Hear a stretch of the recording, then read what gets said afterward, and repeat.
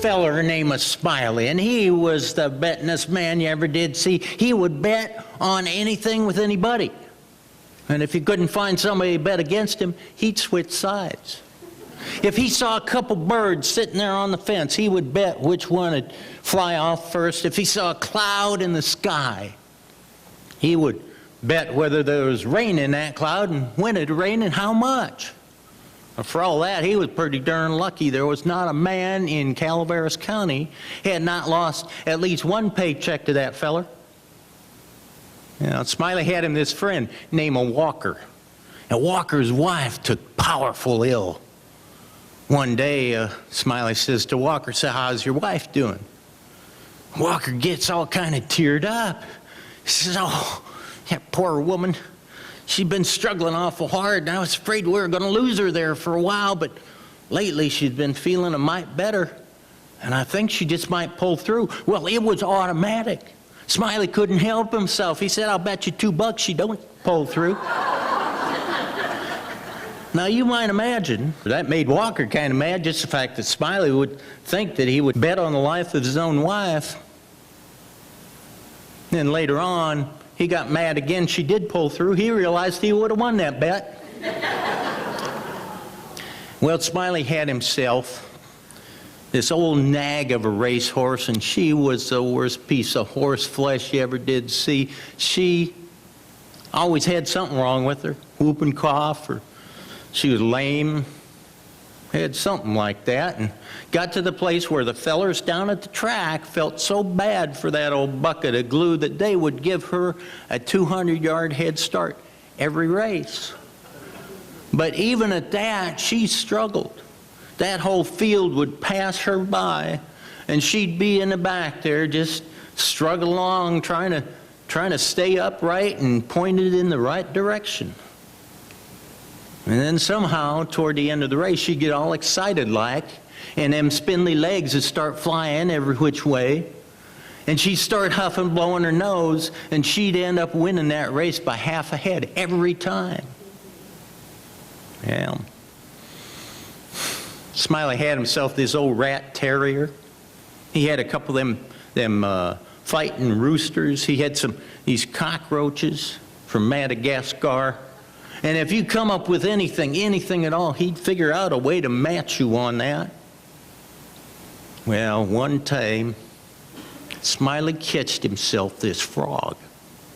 And he decided he was going to educate that frog, so he took that frog in his backyard, and for 3 months, he did nothing but teach that frog how to jump.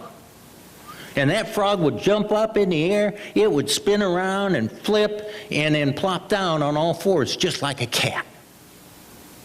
The way Smiley taught that frog, he pointed out flies to him, and that frog could nail a fly in midair from here to the back of the room. Yeah. Smiley called that frog Daniel Webster. Got to the place where all Smiley had to do was say, "Flies, Daniel." That frog would take to jumping all over the place. And even at that, that frog was just as sweet and as humble as any frog you ever met. That was until Smiley started winning a lot of money with that frog. Oh, he was making so much money, he took them everywhere. And he started pampering that frog, treating it like it was royalty. He made this little box, lined that box with velvet, made a little tin foil crown, put it on that frog's head. And that frog started thinking it was pretty hot stuff. Everybody wanted to take both of them down a peg or two. Well, one day Smiley was sitting there in the bar, and he's got Daniel Webster in his box there on the bar in front of him. This stranger comes up. Stranger looks in that box, looks over at Smiley, says, "So what might you have in the box there?" Smiley says, "Well, I might have a pigeon, might have a turtle, but it ain't, it's just a frog." So it is. So what's the frog good for then? Well, this here frog is Daniel Webster, and he's good for one thing. He can outjump any frog in Calaveras County. Well, I don't see nothing different about that frog than any other frog I ever seen. Well, maybe you don't. Maybe you don't know nothing about frogs. But I got my opinion, and I got $40. Says this here frog can outjump any frog in Calaveras County. Well, I'm not from Calaveras County, and I don't have me a frog, but if I was and I did, I would take that bet. I'll tell you what, there's a bog on down the road. I'll go down there and catch your frog. You hold this box, I'll be right back. Well, at this point, Smiley is ready to go, but old Walker steps in. He goes right to that stranger feller. He says, so now if Smiley goes down that bog, he catches a frog. How do you know he's not going to catch the weakest frog he can find? And before Smiley can get mad, he turns to Smiley. He says, now Smiley, if that stranger feller holds that box of yours, how do you know that he's not going to do something to Daniel Webster while you're gone? So now he's got both of them.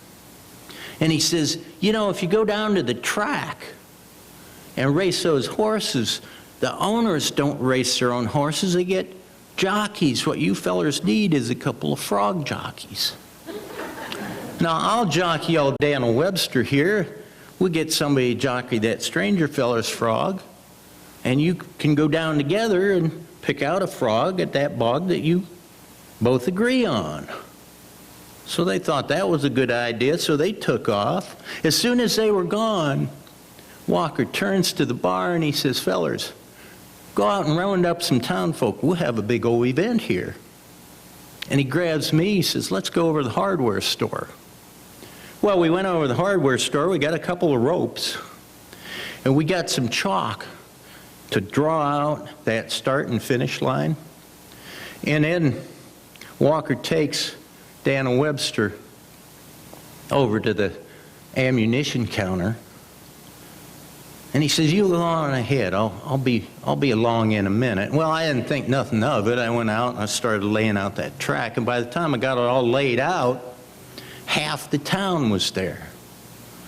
Well, those fellers come back from the bog, and they're sitting there on the porch smoking cigars like the owners they were. I got that stranger feller's frog, laid him down there on the starting line, and Walker was taking care of old Daniel Webster. He put him down there on the starting line, and Smiley stood up. He did a countdown. When he got to 1, we touched them frogs right on the back end to get them started. Well, my frog, that stranger feller's frog, goes jumping on down the track, just lively as can be, and Daniel Webster just sits there solid as a church. Well, my frog won that race, that stranger feller's frog. And I go to pick up Daniel Webster, and bless my bees if that frog don't weigh 5 pounds.